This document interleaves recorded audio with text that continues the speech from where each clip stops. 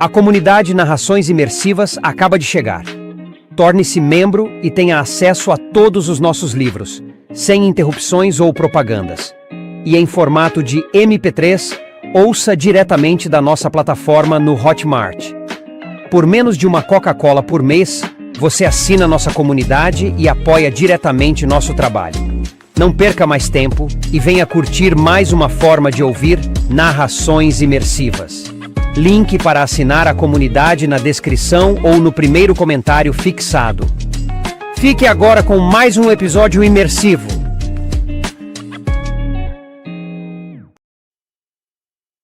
Percy Jackson e os Olimpianos. Escrito por Rick Riordan. Livro 3, A Maldição do Titã. Narração, Danilo Oliveira. Capítulo 9. Aprendo a cultivar zumbis. O problema de voar em um Pégaso durante o dia é que, se você não tomar cuidado, pode causar um grave acidente de trânsito na autoestrada de Long Island. Tive de manter Blackjack acima das nuvens, que, felizmente, no inverno eram bem baixas. Avançávamos, tentando manter no campo de visão a van branca do acampamento meio-sangue. E, se estava frio no chão, estava mais ainda no ar, com a chuva gelada ferroando minha pele. Eu lamentava não ter levado a roupa de baixo cor de laranja e térmica que vendiam na lojinha do acampamento. Mas, depois da história de Feb e da camiseta com sangue de centauro, não tinha mais certeza se confiava nos produtos de lá. Perdemos a van de vista 2 vezes, mas eu tinha o forte pressentimento de que entrariam em Manhattan primeiro. Portanto, não foi muito difícil encontrar seu rastro novamente. O trânsito estava ruim por causa do feriado. A manhã já ia pelo meio quando chegaram à cidade. Pousei com Blackjack perto do topo do edifício Chrysler e fiquei observando a van branca, pensando que ela iria parar na rodoviária, mas o veículo prosseguiu. Para onde Argus está levando o grupo? Murmurei. Ah, Argus não está dirigindo, chefe, disse-me Blackjack. É a garota. Qual garota? A caçadora, com aquele negócio prateado que parece uma coroa no cabelo. Zoe? Ela mesma. Ei, olhe, uma loja de donuts. Podemos comprar alguma coisa para a viagem? Tentei explicar a Blackjack que levar um cavalo voador para uma loja de donuts provocaria um ataque cardíaco em todos os policiais que estivessem por perto, mas ele parecia não compreender. Enquanto isso, a van continuava seu caminho sinuoso na direção do túnel Lincoln. Nunca me ocorrera que Zoe soubesse dirigir. Ela parecia não ter nem 16 anos, mas afinal era imortal. Perguntei-me se ela teria carteira de Nova York, e, nesse caso, qual seria sua data de nascimento. Bem, disse eu, vamos atrás deles. Estávamos prontos para decolar do edifício Chrysler quando Blackjack relinchou alarmado e quase me derrubou. Alguma coisa se enroscava em minha perna como uma cobra. Levei a mão à minha espada, mas quando olhei para baixo, não havia nenhuma cobra. Videiras haviam brotado das rachaduras entre as pedras do edifício. Elas estavam se enrolando nas pernas de Blackjack, golpeando meus tornozelos, de maneira que não pudéssemos nos mover. Estão indo a algum lugar? Perguntou o Sr. D. Ele estava encostado ao edifício, com os pés levitando, o agasalho esportivo de estampa de leopardo e os cabelos negros sendo açoitados pelo vento. Alerta dos deuses! Gritou Blackjack. É o cara do vinho! O Sr. D suspirou exasperado. A próxima pessoa, ou cavalo, que me chamar de cara do vinho, vai acabar numa garrafa de Merlot. Sr. D, eu tentava manter a voz calma enquanto as videiras continuavam a envolver minhas pernas. O que o senhor quer? Ah, o que eu quero? Você pensou talvez que o imortal e todo-poderoso diretor do acampamento não perceberia sua saída sem permissão? Bem, talvez. Eu devia atirá-lo de cima deste edifício, sem o cavalo alado. e ver o quanto heróico você se mostra no trajeto até lá embaixo. Cerrei os punhos. Eu sabia que devia manter a boca fechada, mas o Sr. D estava prestes a me matar ou me arrastar de volta para o acampamento, coberto de vergonha, e eu não podia suportar nenhuma das duas possibilidades. Por que o senhor me odeia tanto? O que foi que eu lhe fiz? Chamas púrpuras cintilaram em seus olhos. Você é um herói, garoto. Não preciso de nenhuma outra razão. Eu tenho de ir nessa busca. Tenho de ajudar meus amigos. Isso é algo que o senhor não compreende. Chefe, disse Blackjack nervoso. Preso assim nessas videiras, a 300 metros do chão? Talvez fosse melhor você ser gentil. As videiras continuavam a se enroscar, me apertando ainda mais. Lá embaixo, a van branca ia se afastando. Logo estaria fora do campo de visão. Eu já lhe contei sobre Ariadne? Perguntou o Sr. D. Uma princesa linda e jovem de Creta? Ela também gostava de ajudar os amigos. Na verdade, ajudou um jovem herói chamado Teseu, também filho de Poseidon. Ela lhe deu um novelo de fio mágico que permitiu que ele encontrasse o caminho para sair do labirinto. E sabe como Teseu a recompensou? A resposta que eu queria dar era: não estou nem aí. Mas não achava que isso fosse fazer o Sr. D terminar a história mais rápido. Eles se casaram, respondi. Felizes para sempre. O fim. O Sr. D me dirigiu uma expressão de escárnio. Não exatamente. Teseu disse que se casaria com ela. Ele a levou para bordo do seu navio e velejou em direção a Atenas. No meio do caminho, numa ilhota chamada Naxos, ele... Qual é a palavra que vocês mortais usam hoje? Ele a dispensou. Eu a encontrei lá. Você sabe, sozinha, inconsolável, chorando até não poder mais. Ela abrira mão de tudo. Havia deixado tudo que conhecia para trás, para ajudar um galante e jovem herói que a jogou fora como se ela fosse um chinelo arrebentado. Isso é errado, disse eu. Mas aconteceu há milhares de anos. O que isso tem a ver comigo? O Sr. D me olhou com frieza. Eu me apaixonei por Ariadne, garoto. Curei seu coração partido. E quando ela morreu, fiz dela minha esposa imortal no Olimpo. Ela está à minha espera neste exato momento. E voltarei para ela quando tiver terminado esse infernal século de punição em seu acampamento ridículo. Eu o fitei. O senhor é casado? Mas pensei que tivesse se metido numa enrascada por perseguir uma ninfa do bosque.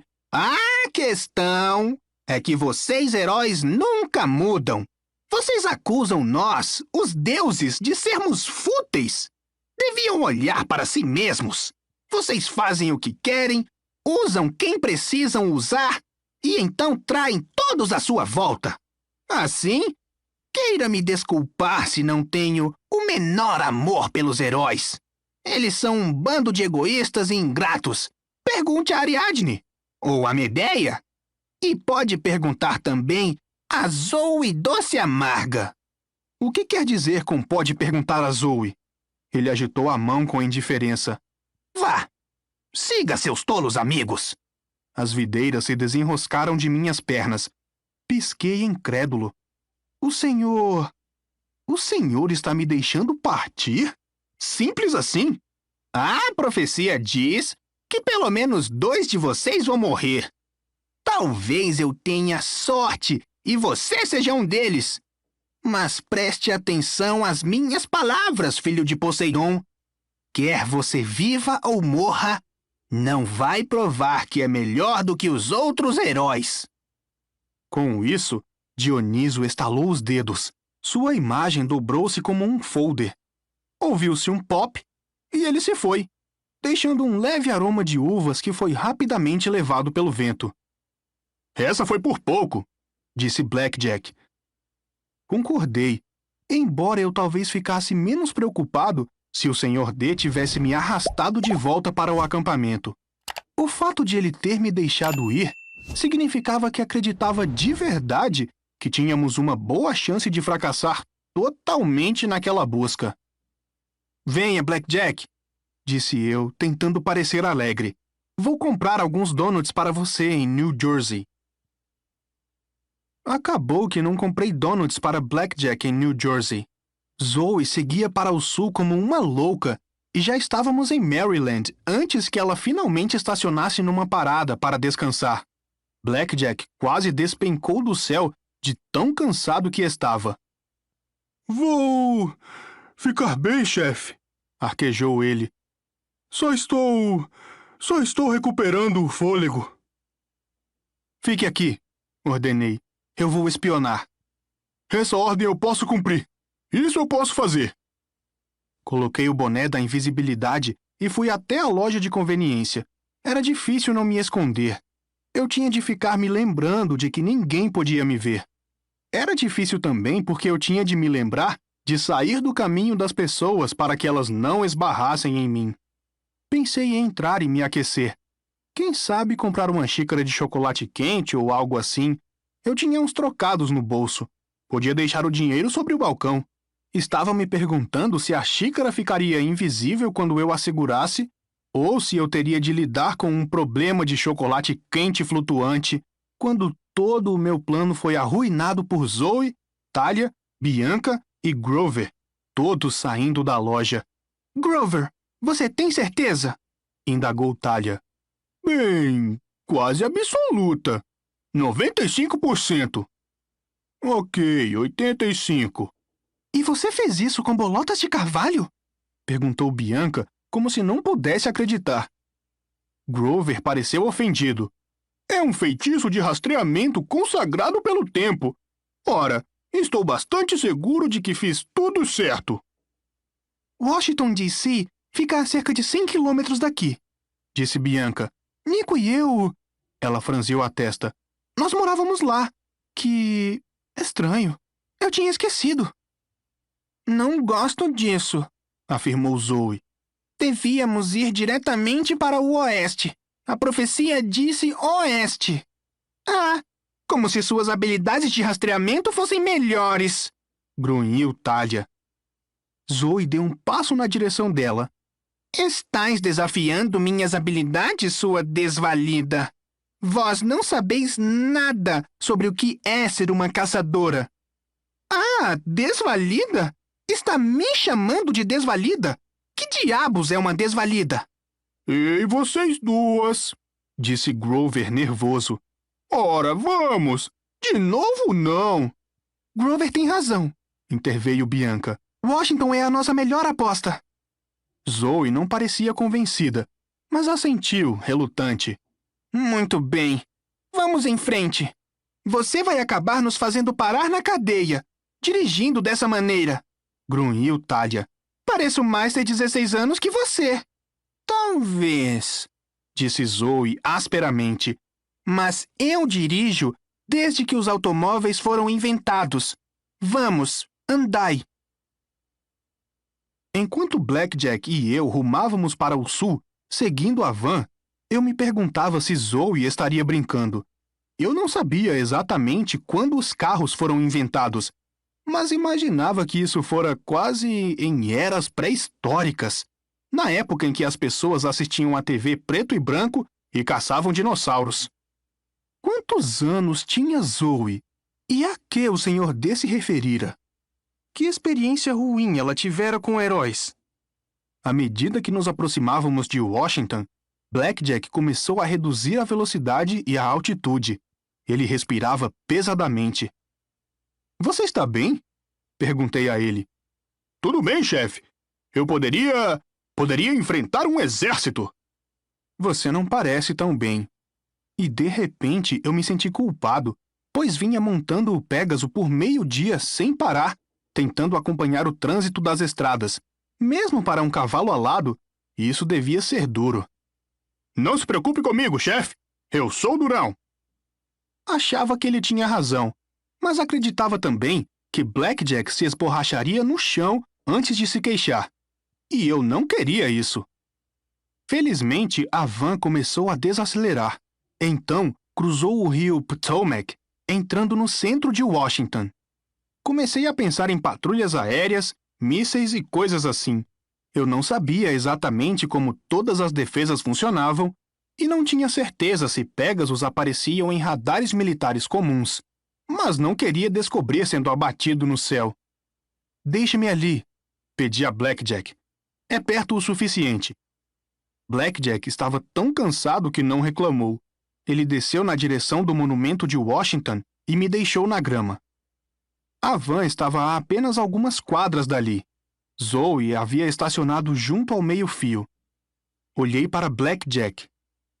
Quero que você volte para o acampamento. Descanse um pouco, paste, vou ficar bem. Blackjack inclinou a cabeça, cético. Tem certeza, chefe? Você já fez bastante, respondi. Vou ficar bem. E obrigado 1.000.000 de vezes. 1.000.000 de toneladas de feno, talvez, refletiu Blackjack. Isso seria ótimo. Tudo bem, mas tenha cuidado, chefe. Tenho a sensação de que eles não vieram aqui para encontrar ninguém tão amistoso e bonito quanto eu. Prometi que teria cuidado. Então Blackjack levantou o voo, circulando 2 vezes o monumento antes de desaparecer em meio às nuvens. Olhei na direção da van branca. Estavam todos saltando. Grover apontava na direção de um dos grandes edifícios que se alinhavam ao longo do National Mall. Talia assentiu e os 4 se puseram a caminhar no vento frio. Comecei a segui-los, mas então me detive. A 1 quadra de distância, a porta de um sedã preto se abriu. Um homem de cabelos grisalhos e porte militar saltou. Ele usava óculos escuros e sobretudo preto. Bem, talvez em Washington seja de se esperar que haja sujeitos como aquele por toda parte. Mas me ocorreu que eu vira aquele mesmo carro algumas vezes na estrada, indo para o sul. Ele estivera seguindo a van. O homem pegou o celular e conversou alguma coisa. Então olhou ao redor, como se estivesse se certificando de que o caminho estava livre, e começou a descer o mall na direção dos meus amigos. O pior de tudo, quando ele se virou na minha direção, eu o reconheci. Era o Dr. Espinheiro, o Manticore de Westover Hall. Com o boné da invisibilidade, segui Espinheiro a certa distância. Meu coração batia forte. Se ele tinha sobrevivido àquela queda no abismo, então Annabeth também devia ter sobrevivido. Meus sonhos estavam certos. Ela estava viva e sendo mantida como prisioneira. Espinheiro seguia meus amigos, tomando cuidado para não ser visto. Por fim, Grover parou diante de um prédio grande em que se lia Museu Nacional Aeroespacial, o Smithsonian. Eu estivera ali há 1.000.000 de anos atrás com minha mãe, mas naquela época tudo parecera tão maior. Talia verificou a porta. Estava aberta, mas não havia muitas pessoas entrando. Frio demais e as escolas estavam de férias. Eles entraram. O Dr. Espinheiro hesitou. Eu não sabia por quê, mas ele não entrou no museu. Virou-se, preparando-se para cruzar o mall. Numa fração de segundos, tomei a decisão e o segui. Espinheiro atravessou a rua e subiu os degraus do Museu de História Natural. Havia uma grande placa na porta. A princípio, pensei que ali estivesse escrito fechado para evento pirata. Então me dei conta de que, onde eu lera pirata, devia ser privado. Segui o Dr. Espinheiro para o interior do museu, passando por uma imensa câmara cheia de esqueletos de mastodontes e dinossauros. Eu ouvia vozes mais à frente, vindas de trás de um conjunto de portas fechadas. 2 guardas estavam postados do lado de fora. Eles abriram a porta para Espinheiro e eu tive de correr para entrar antes que a fechassem novamente. Lá dentro, o que vi era tão terrível que quase arquejei em alto e bom som, o que provavelmente teria provocado a minha morte. Eu estava em uma imensa sala redonda com um balcão que seguia em círculo no 2º nível. Pelo menos uma dúzia de sentinelas mortais montavam guarda no balcão, mais 2 monstros, mulheres reptílicas com 2 troncos de serpente em lugar de pernas. Eu já as vira antes. Annabeth as chamara de víboras de Cícia. Mas isso ainda não era o pior. De pé, entre as 2 mulheres cobras, e eu podia jurar que ele olhava diretamente para mim, estava meu velho inimigo Luke. Ele tinha uma aparência terrível. Sua pele estava pálida e seus cabelos louros pareciam quase cinza, como se tivesse envelhecido 10 anos em apenas alguns meses. O brilho raivoso em seus olhos ainda estava lá, assim como a cicatriz que descia pela lateral do rosto, onde um dragão certa vez o arranhara. A cicatriz, porém, tinha agora um feio tom avermelhado, como se tivesse sido reaberta recentemente. Perto dele, sentado de forma que as sombras o cobrissem, estava outro homem. Tudo que eu podia ver eram os nós de seus dedos nos braços folheados a ouro da cadeira, que se assemelhava a um trono. Então, perguntou o homem na cadeira. Sua voz era igual à que eu ouvira em meu sonho, não tão apavorante quanto a de Cronos, porém mais profunda e forte, como se a própria terra estivesse falando. O som preenchia toda a sala, embora ele não estivesse gritando. O doutor Espinheiro tirou os óculos. Seus olhos de 2 cores, castanho e azul, brilhavam de excitação. Ele fez uma reverência rígida e então falou com seu estranho sotaque francês. Eles estão aqui, general. Sei disso, seu tolo. Rugiu o homem. Mas onde? No Museu do Foguete. O Museu Aeroespacial, corrigiu Luke, irritado. O doutor Espinheiro fulminou Luke com os olhos. Como quiser, senhor. Tive a sensação de que Espinheiro preferiria empalar Luke com um de seus espinhos a chamá-lo de senhor. Quantos? Perguntou Luke. Espinheiro fingiu não ouvir. Quantos? Perguntou impaciente o general.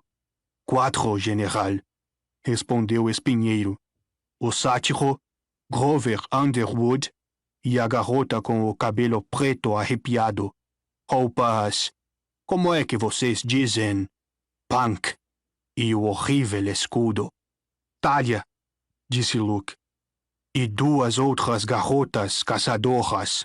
Uma usa um arco de prata na cabeça.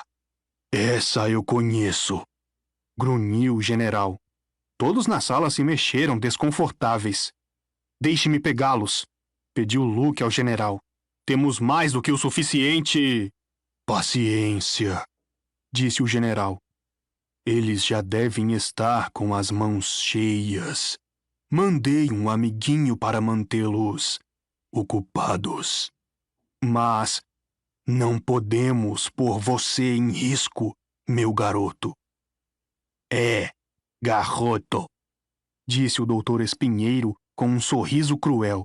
Você é frágil demais para correr o risco. Deixe que eu acabo com eles. Não. O general se levantou e eu pude vê-lo pela primeira vez. Era alto e musculoso, com pele morena clara e cabelo escuro penteado para trás com gel. Usava um terno caro de seda marrom, como os que se vêem em Wall Street, mas você nunca confundiria esse cara com um corretor. Ele tinha um rosto brutal, ombros imensos e mãos que poderiam quebrar um mastro ao meio. Seus olhos eram como pedra. Eu tinha a sensação de estar olhando para uma estátua viva. Era impressionante que ele pudesse até mesmo se mover. Você já me decepcionou, Espinheiro, disse ele. Mas, general, nada de desculpas. Espinheiro encolheu-se. Da primeira vez que o vi com seu uniforme preto na academia militar, pensei que Espinheiro era assustador. Mas agora, diante do general, Espinheiro parecia um tolo aspirante a soldado. Era o general que interessava. Ele não precisava de uniforme. Era um comandante nato. Eu devia atirá-lo nos abismos do Tártaro por sua incompetência, disse o general. Eu o enviei para capturar o filho de um dos 3 deuses mais velhos, e você me traz a magricela da filha de Atena? Mas você me prometeu vingança, protestou o espinheiro. Um comando só meu? Eu sou o comandante sênior do Senhor Cronos, disse o general, e vou escolher tenentes que me tragam resultados. Foi somente graças a Luke que conseguimos salvar nosso plano. Agora saia da minha vista, espinheiro, até que eu encontre outra tarefa inferior para você. O rosto de Espinheiro ficou roxo de raiva. Pensei que ele fosse começar a espumar pela boca ou a disparar espinhos, mas ele se limitou a curvar-se desajeitadamente e deixou a sala. Agora, meu garoto. O general voltou-se para Luke. A primeira coisa que precisamos fazer é isolar a meio-sangue Thalia. O monstro que procuramos então virá até ela. Será difícil nos livrarmos das caçadoras, observou Luke. Zoe Doce Amarga? Não fale o nome dela. Luke engoliu em seco. Desculpe-me, general. Eu só... O general o silenciou com um gesto da mão. Vou mostrar a você, meu garoto, como vamos vencer as caçadoras. Ele apontou para um guarda no primeiro piso. Você tem os dentes? O sujeito tropeçou adiante com um pote de cerâmica. Sim, general. Plante-os, ordenou ele. No centro da sala havia um grande círculo de terra, onde eu imaginava que haveria uma exposição de dinossauros. Observei com nervosismo o guarda pegar dentes brancos e afiados no pote e enfiá-los na terra. Então, alisou a terra enquanto o general sorria friamente. O guarda recuou, afastando-se da terra, e limpou as mãos. Pronto, general? Excelente. Regue-os, e então deixaremos que farejem sua presa. O guarda apanhou um pequeno regador de estanho com pintura de margaredas, o que era meio bizarro, pois o que saía dali não era água.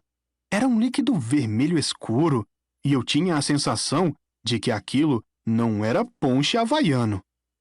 O solo começou a borbulhar. Logo, disse o general, eu vou lhe mostrar, Luke, soldados que farão seu exército naquele barquinho parecer insignificante. Luke cerrou os punhos. Passei 1 ano treinando minhas forças. Quando o Princesa Andrômeda chegar à montanha, elas serão as melhores... Ah, disse o general. Eu não nego que suas tropas constituirão uma excelente guarda de honra para o Senhor Cronos. E você, naturalmente, terá um papel a desempenhar.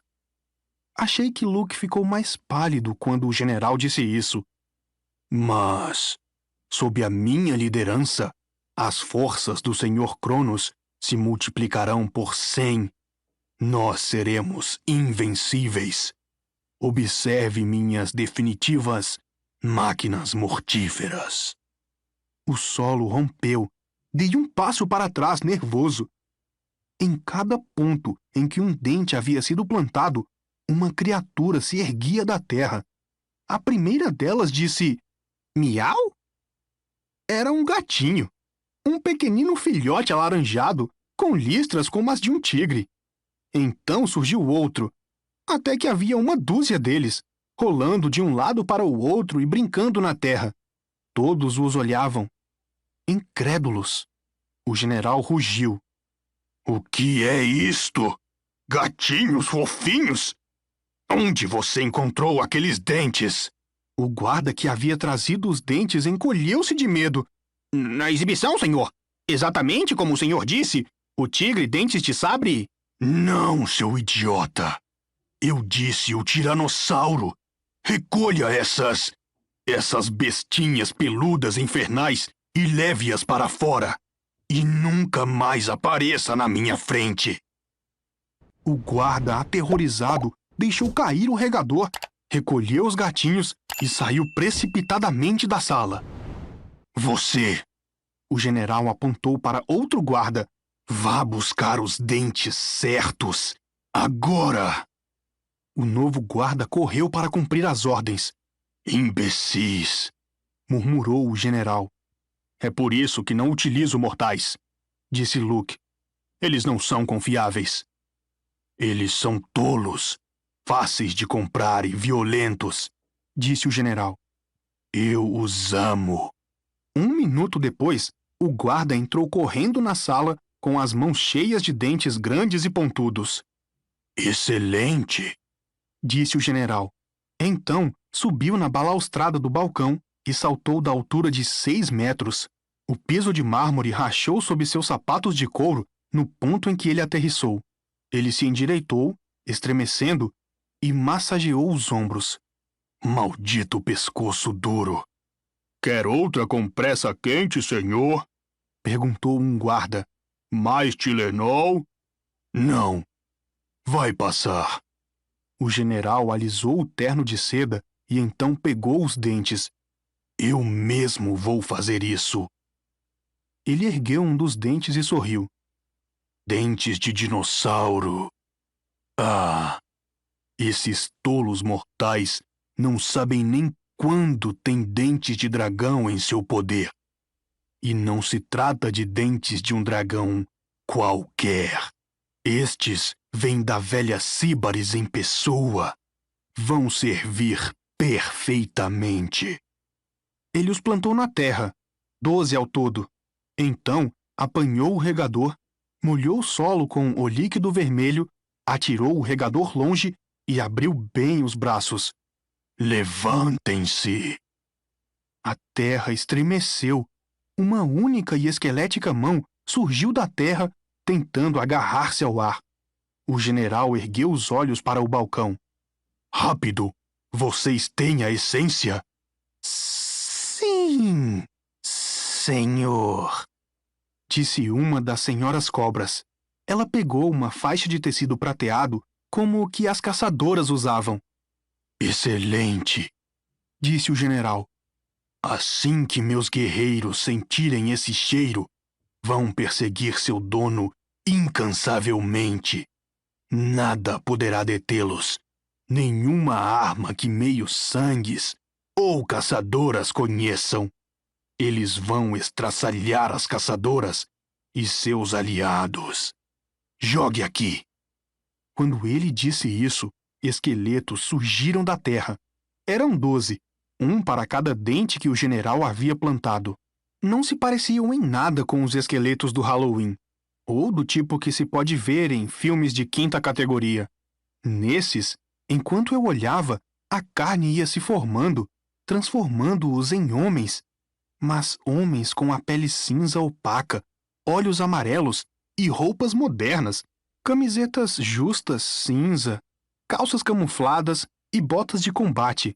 Se você não olhasse com muita atenção, podia quase acreditar que eram humanos, mas sua carne era transparente e seus ossos bruxuleavam sob ela, como imagens de raio-x. Um deles olhou diretamente para mim, observando-me com frieza, e eu sabia que nenhum boné de invisibilidade o enganaria.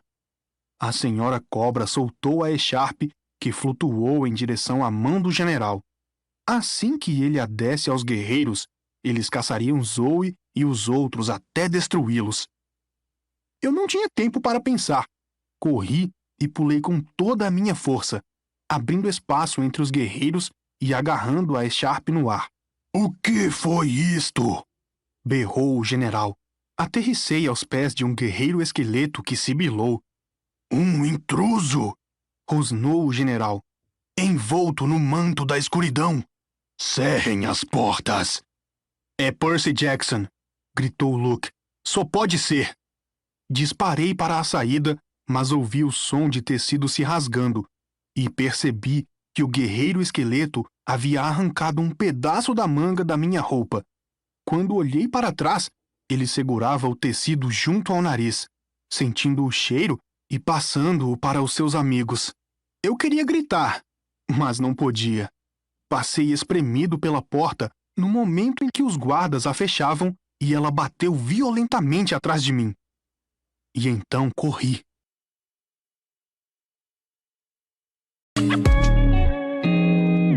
O canal Narrações Imersivas agradece por ter ouvido mais um episódio conosco. Acompanhe nossa página no Instagram e fique por dentro de todas as novidades do canal. E se você vê valor nesse projeto, considere apoiá-lo. Faça parte da nossa comunidade no Hotmart. Até a próxima com mais uma narração imersiva.